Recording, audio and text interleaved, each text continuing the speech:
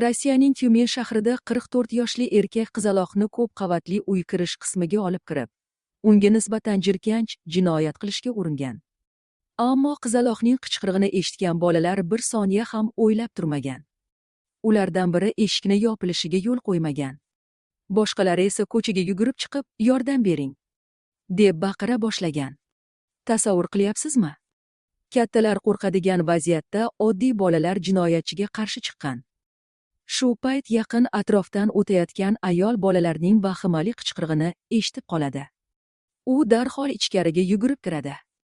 Erkak esa vahimaga tushib qochishga urinadi, ammo kech bo'lganda ayol uning suratini olib qoladi va politsiyaga topshiradi. Oradan ko'p o'tmay jinoyatchi qo'lga olinadi.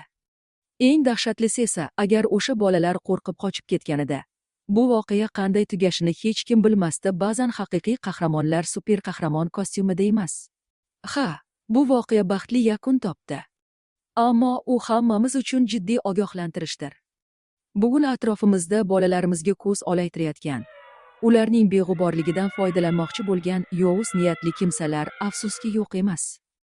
Agar o'sha kuni bolalar hushyor bo'lmaganida, agar o'sha ayol befarq o'tib ketganida, oqibati qanday fojia bilan tugashini tasavvur qilishning o'zi qo'rqinchli. Bu voqeadan muhim xulosa chiqarishimiz shart.